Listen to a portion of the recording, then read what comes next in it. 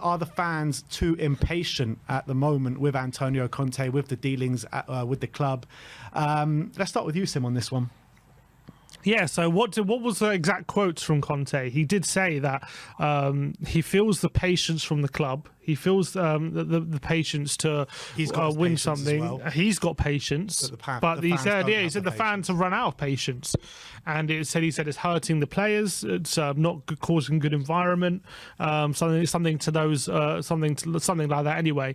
And for me, I don't like when he says it's hurting the players, because that's implying that because the Tottenham fans are impatient, it's causing the players to not play well, and it's kind of putting blame on the fans. But so I don't like those comments, to be honest, because I think that's a bit of a cop out. I don't think you can blame the fans for how players perform on the pitch, in my opinion.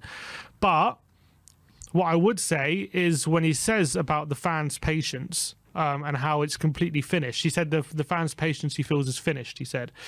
I mean, I don't know how anyone can argue that. It absolutely has finished. It's the fans' patience has completely worn thin, because there's been 15 years without a trophy, one trophy in 22 years under ENIC, haven't won the FA Cup since 1991, so that's, 32 years now.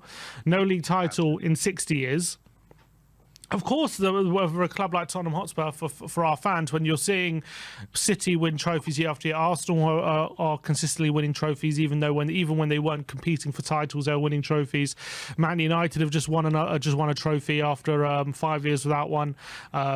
Liverpool consistently winning trophies right now. So if you look at the top six, we're the only ones who don't consistently win trophies every few years, at least. And so of course, once as well, when we've had so many missed opportunities and close calls, of course, and you've had two serial winners come to your club who just for love nor money can't get a trophy through the door. Obviously, your patience is going to wear thin. There's only a certain amount of patience you can have. How much patience should we have? And I don't think the fans should be to blame for the lack of patience. But the reality is there is a lack of patience. And should that be directed towards a manager like Antonio Conte, who right now could very well lead us to back-to-back top four finishes, when he came into the club off the back of two very chaotic seasons where you finished outside the top four and we looked directionless, and Kane wanted out. He wanted nothing to do with the club at the time. We were all over the place, and he could very well get us back to getting consistent top four, which we were getting under Pochettino. And so in most other circumstances, that performance level should command a bit of patience from the fan base, should actually get the fan base on board and say, okay, look, we're getting consistent top four finishes now. That's something to build on. But we've run out of patience so much that we see the two top four finish and we're like, it's not good enough. We want trophies. We want to win now. If this manager ain't going to win now with us, let's change. If the football isn't exciting straight away, we need to get rid. Everyone forgets last season how good we played some really good football under Conte. I know this season it's been very difficult. We haven't a lot of games. The football's been drossed, but people speak with two minds. Sometimes people say football's a results business, and when teams are playing good football and they're unlucky but they're not getting results, they say, well, it's a results business, if you're not getting results, and get him out. But if he is getting results and the football's not good enough, then people say, I just want to enjoy my football again. Is not winning football matches enjoyment? Like I personally enjoy watching Tottenham win on a weekend, in my opinion. But I feel like I just feel like the fans have completely lost their patience with Conte and with this club right now, because they're just waiting for the opportunity for glory. I don't think Conte helped himself with how he treated the FA Cup and the League Cup this season 100%. I don't think he helped himself with that, but that's not his remit. His remit was to come in and get Champions League football for the following season. That's what his job is, and by and large, he's looked like he might well do his job. So I also think that Conte's, because he's such a serial winner and elite manager, we expect more from him maybe than we do from someone else. If it was someone else in the job, we'd probably be happy with top four and we'd probably be happy with how things are going. But because it's Conte and everything that surrounds him, and he doesn't stay for long, and he's a serial winner and he wins everywhere he goes, the fact that he's going to come here and not win anything again is obviously going to be even more frustrating. It's going to add another element to it. So I do think he's absolutely right when I don't think anyone could argue that the fans have lost patience. I don't see how anyone could argue that. Look, I agree with you in what you're saying, but how can the fans possibly have patience when we don't know what's going to be happening next season? I mean, what are we being patient for? We don't even know if Conte is going to be here next year. So I think that Daniel Levy and Antonio Conte are both massive factors in this, why the fans have run out of patience so abruptly, because we don't know what is going to be happening next year, is the facts of the matter. If Conte had come out and said there was a contract on the table or no contract on the table, then we would know where to focus on. You know, we don't know where to focus on Daniel Levy or to focus on Antonio Conte about the contract situation. If the contract was signed and we knew he was here for the next 3 years, I think the patience would be there from the fans. But I think it's running very thin because everything's just up in the air at the moment. There's no plan. There's no vision. I mean, what the hell is going on? Where are we going to be this time next year? Nobody could tell you, because nobody can tell you who our manager is going to be next year. That's my feeling on it. What are you thinking? I want to ask Iggy just one quick question before he gives his answer on this topic. When he was at Inter Milan, Antonio Conte, if I remember rightly, is at the end of his he was there for 2 years. At the end of his first season, there was massive rumours about him leaving. And if am I right in saying that they were pretty much as certain as we are now that he was leaving at the end of that season, and he ended up staying?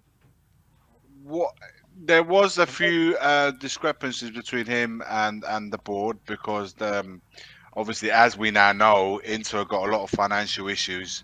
That he joined Inter with the sole purpose of stopping the domination of Juventus, his old club, which he left pissed off. So he just wanted to go back there, say, "I'm going to stop your reign." And he told Inter, "These are the 3 or 4 players I want. You give me those players, I'll bring you the title." He brought him the title. Guess what he wanted to do next year? He achieved a Europa Cup final as well, I believe. He won the title in his second season, right? In his first season, he got and then he lost the Europa. Yeah, he lost. So already the things have been put in place. Now, then what happened as soon as he won the league title is that Inter turned around and said, we're in trouble. He's setting up now to put a challenge on the Champions League. And they're saying to him, "Sorry, mate, we need to sell Lukaku and we need to sell Hakimi." And he's like, "You what? I'm trying to win it. I'm trying to like," and what I'm trying to say is there was a lot of issues amongst them. Listen, he knows he's very demanding, man. He's demanding of his director. You ask about the first. I'm saying this end of his first season, right, at Inter. I'm pretty sure I remember rightly that there was a lot of people saying he was pretty much certain to leave. And then he ended up staying at the end of the season. No, listen, I'm not too sure what the reasons were for that. I think it was internal stuff, and it was different views, and you know, and whether they could deliver what he wanted to really mount a challenge for the league. In the end, they did it, but they got themselves in huge debts by doing that.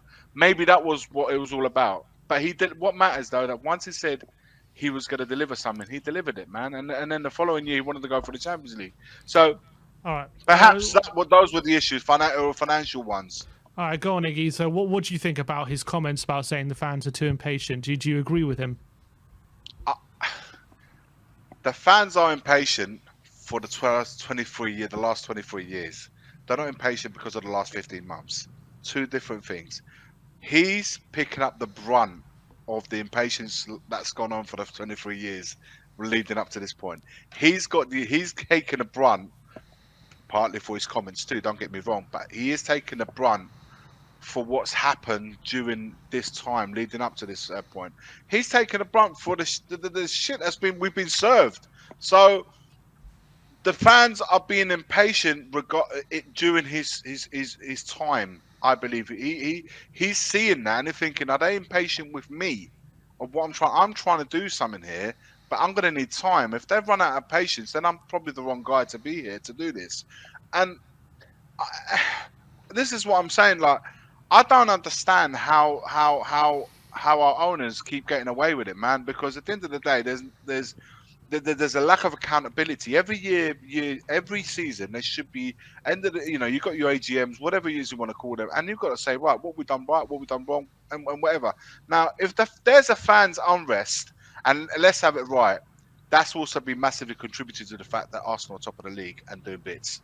Let's have it right here. That's massively contributing in a fan's head, rightly so, because we was giving it to them when we knocked them out of the Champions League for the Champions League spot. So for me, yes, there is unrest. I completely get why there is unrest, but I just think the whole thing is misdirected at the wrong person. We should be looking at elsewhere, and for some reason we don't want to go there. So it's easy to go for the manager.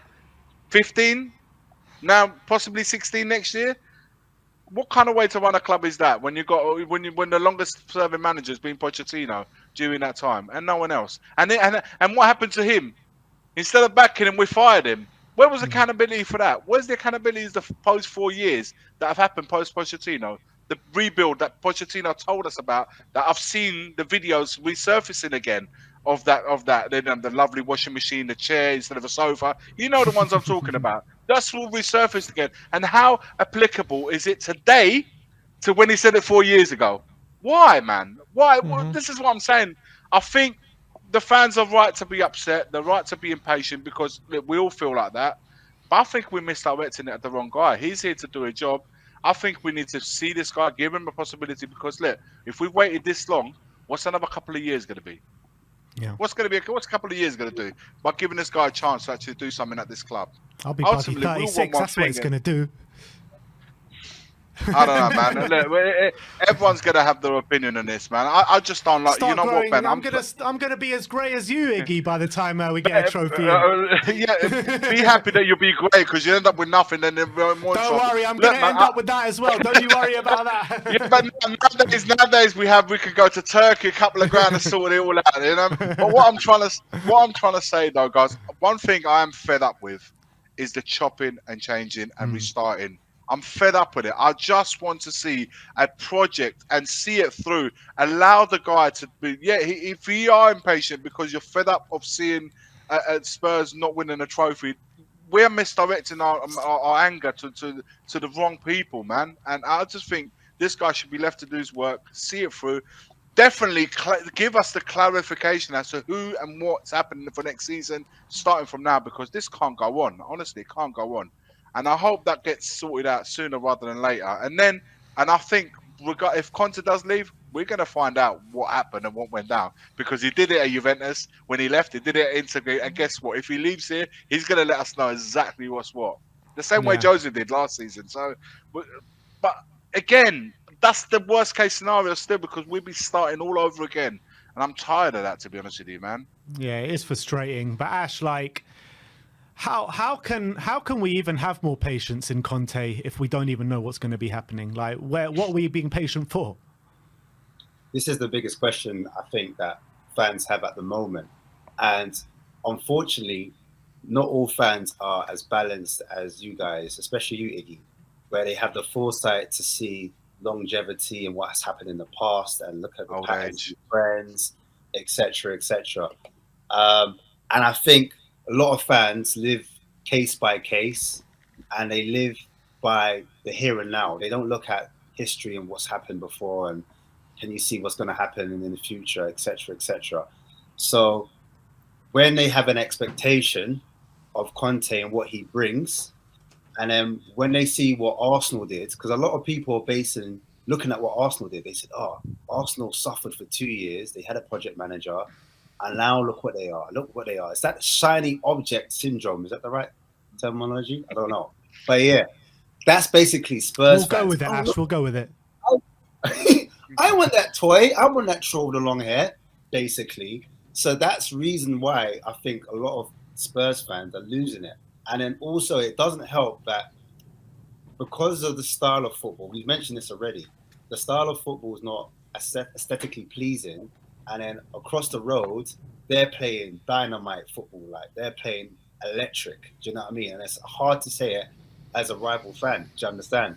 That the opposition, the ops. Yeah, Ash, if it were up to the fans though, they wouldn't have seen what's happening today because they called Arteta out how many times? And if the board had listened to the fans, he would have been out, and this would never have happened. You've got to go for a few slaps, a few 7th and 8th places to get to the goal. Iggy, I know, man, but social media, it's I know. Fan, you're a patient fan. You're not the one that they're talking about. I know, but it's social media, society, everything. Tomorrow's too late. Everything's now. You remember that there's not a lot of leaders in the village. There's a lot of sheep in the village. So when things go bad, the sheep, they'll be following. They're following. You understand? So they start looking, why is our football turgid? Oh, it's because we play a back 5. Why won't Conte go to a back 4? If we went to a back 4, we would win games and we would look more stylistic. Do you understand? That kind of basic thought process. Because they can't see it there and now, they're like impatient. And then guess what? It's like having a bad ex. Yeah, we've got baggage, tons of it. You get it? And that's what we're carrying. You know what? That's the best analogy you've come up with all day. Believe me when I say that. That makes perfect sense. Understandable and relatable as well. I hurt, bro. It's like we're not ready for the Nash, we're not just hurt, we're insecure as well. Very insecure. It's so true, you know that. When you see a bombshell walk in front of you like Conte, and she's got the legs, she's got the eyes, she's got the smile, charisma's there, you know what I mean? Got temper. Like, you fall in love, but guess what?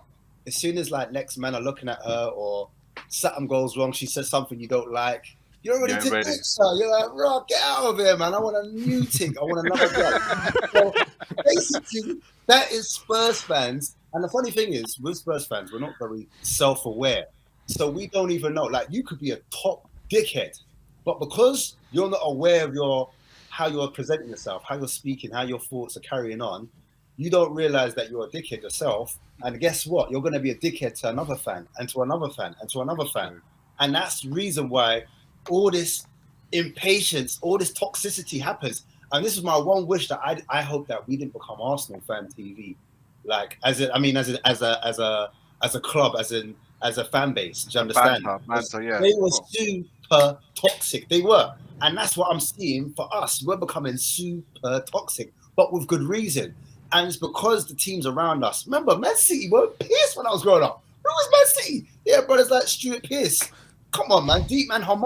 Are you all right? Man City, Chelsea. When I was a kid, they were Division 4. So, yeah. Chelsea weren't pissed. But these teams will come back, though. City, the Chelsea, Liverpool, they'll all be come back. But you know what I'm saying? They've just come out of nowhere and they just started operating. Because if they weren't there, we would have been second or third long time. We would have probably won a Premiership, or we would have won cups. Them men have been dominating the cups, like, because of the sugar daddy syndrome. You know what I'm saying? They've cheated their way to the top. And I think that's why Levy was pissed and he aimed at Pep and was like, listen, I'm taking you down, bro, because you've been taking the piss lately. You might have been coming with your Russian money, your Arab money. I ain't got that money. And he's just jealous. Do you understand? But that's another topic.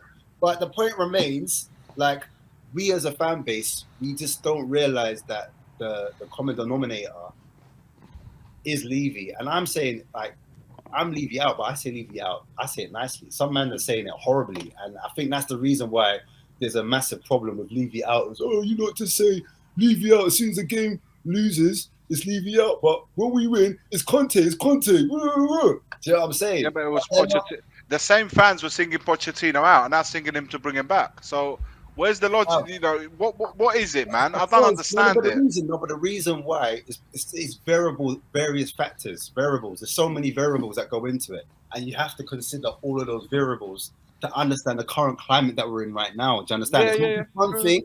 It's not just two things. It's so complex that it hits you from all angles. We don't even know where to look. Like, do you know what I'm saying?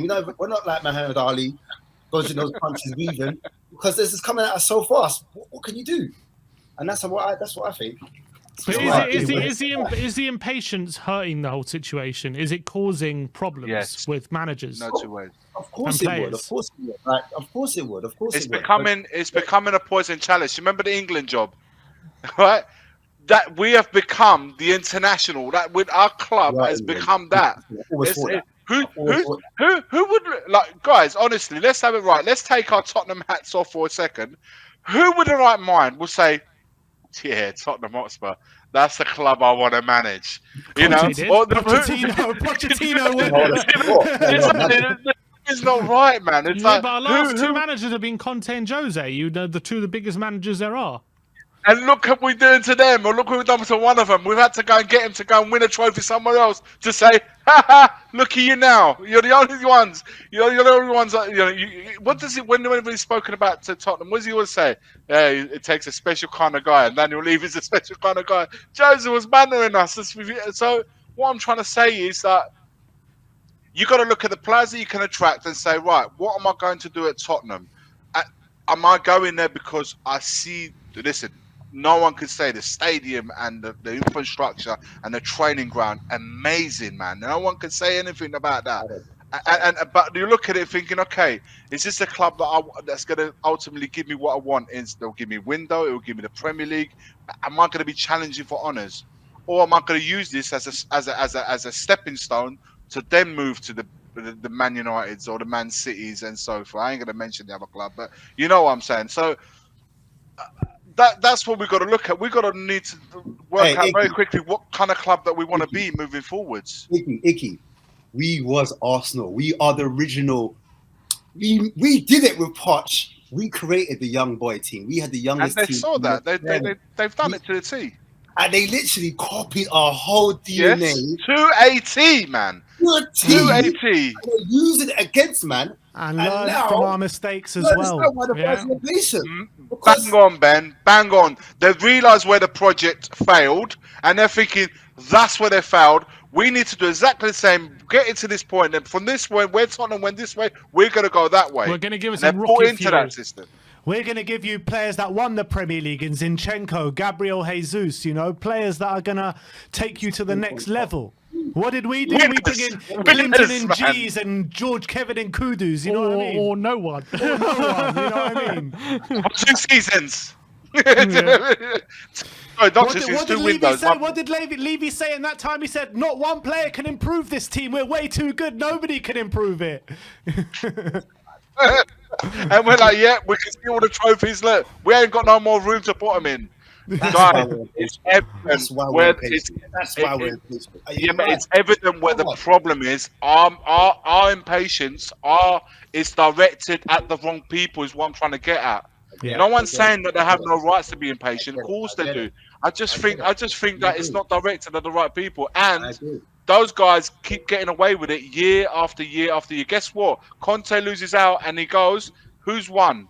Who's won? Remember, not us." Hey, listen, Levy. I reckon Levy's got some of the top scientists of like how humans react, like the top PR people. So when things are starting to go bad, he knows how to deflect quickly. Let me use Paratician. He's the Muhammad Ali of the CEOs. He's the Muhammad Ali that you're talking about. Huh? Say again? He's the Muhammad Ali that you're talking about. Yeah, he is, literally. So he's a mastermind on knowing how to dodge bullets. But can I say something else? At Nottingham Forest on Saturday, given the week that we just had, man, it was full house. As he sees the seats, they're all full. And that's guys, it. There's some breaking news. There's some breaking news. You did want the club to act. They have just made a statement. The club can today announce that first team coach Rehan Skinner has been relieved of her duties. Spurs have sacked the manager. Don't worry, it's the women's team. It's the women's team. I was going to say. I'm waiting for you to catch up, guys. I'm waiting for the punchline. I've gone past that bit, and I was just waiting for Antonio Conte's name to come out. Don't worry. Everyone just calm down. Spurs will sack the first team coach for the women's team.